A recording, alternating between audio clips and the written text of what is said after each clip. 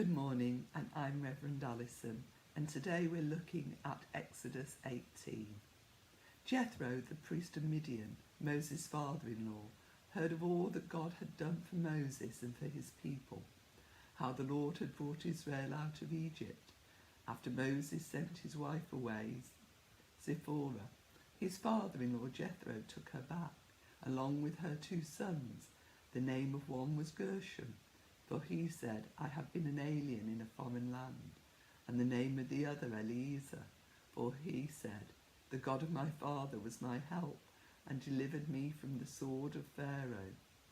Jethro, Moses' father-in-law, came into the wilderness where Moses was encamped at the mountain of God, bringing Moses' sons and wife to him.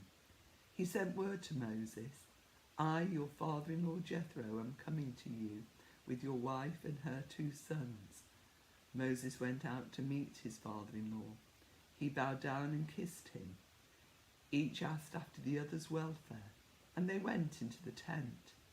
Then Moses told his father-in-law all that the Lord had done to Pharaoh and to the Egyptians for Israel's sake, all the hardships that had beset them on the way, and how the Lord had delivered them. Jethro rejoiced for all the good that the Lord had done to Israel, delivering them from the Egyptians. Jethro said, Blessed be the Lord who has delivered you from the Egyptians and Pharaoh. Now I know that the Lord is greater than all gods, because he has delivered the people from the Egyptians when they dealt arrogantly with them.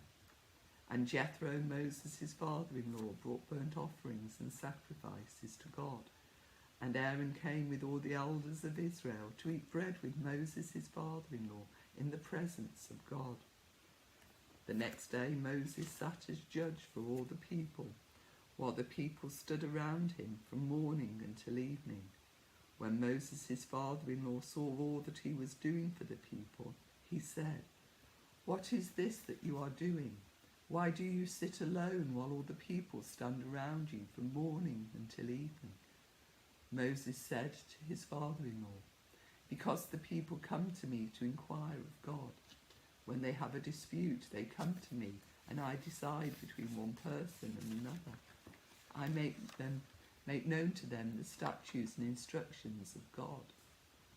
Moses' father-in-law said to him, What you are doing is not good. You will surely wear yourself out, both you and these people with you. For the task is too heavy for you. You cannot do it alone. Now listen to me, and I will give you counsel. The God be with you. You should represent the people before God, and you should bring their cases before God. Teach them the statutes and instructions, and make known to them the way they are to go, and the things they are to do. You should also look for able men among all the people, men who fear God, are trustworthy, and hate dishonest gain. Set such men over them as officers, over thousands, hundreds, 50s, and 10s. Let them sit as judges for the people at all times. Let them bring every important case to you, but decide every minor case themselves. So it will be easier for you, and they will bear the burden with you.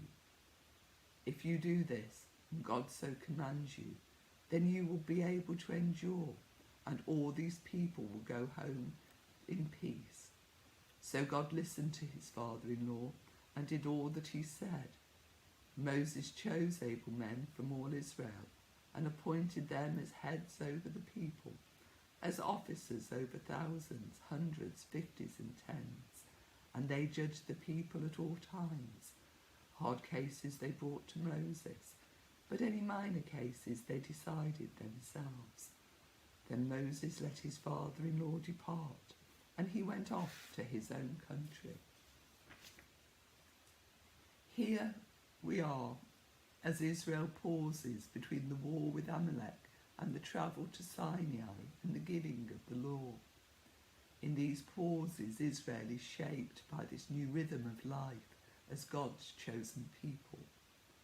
They need to learn the practice of reflection and prayer, both vital to the life of the community. and here the call to praise comes from the witness of one outside the community. This family reunion is dominated by Jethro's presence, and he performs Israel's first act of worship, the sacrifice initiated by a foreigner who celebrates all God has done, as Jethro is referred to as a priest of Midian, and in other places a Kenite. Jethro comes to where Moses is camped at the mountain of God, perhaps because Moses had told him about the burning bush and the promise that Israel would worship at Horeb after escape from Egypt. Midianites are descendants of Abraham by his wife Keturah. Jethro blesses Israel by sacrificing to God and eating with Moses and the elders. This may symbolize the integration of other groups into the definition of God's chosen people, and the blessings and welcome is reiterated by the explanation of the names of the sons. Moses tells Jethro what has been going on, and it is in the retelling of past events that the fullness of their meaning and significance is made known. Jethro's profession of faith doesn't seem to be one of conversion or a move from polytheism to monotheism, but represents a deepening in his faith that Yahweh, or the Lord, is God alone.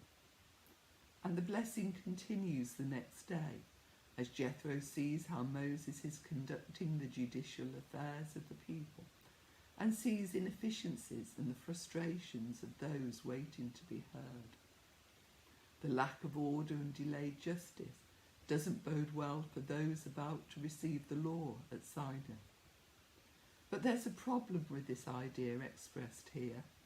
There's the description in Exodus 1 of the distribution of authority after receiving the law. This passage speaks about Moses using the statutes of God and his laws. And finally, Jethro leaves before they go to Sinai. So what does this story of this reunion add here? Is there something about the wisdom of civil order as preparation for receiving of the Torah? Jethro came. He was reunited and he worshipped. He praised and sacrificed. He shared table hospitality and listened and watched. He made suggestions Moses welcomed, listened and did. Collaborative leadership and the sharing of responsibilities and burdens were established. God's sovereignty was made known amongst his people by his great and mighty acts, and the witness of which leads to worship in sacrifice and the breaking of bread as much today as it did then.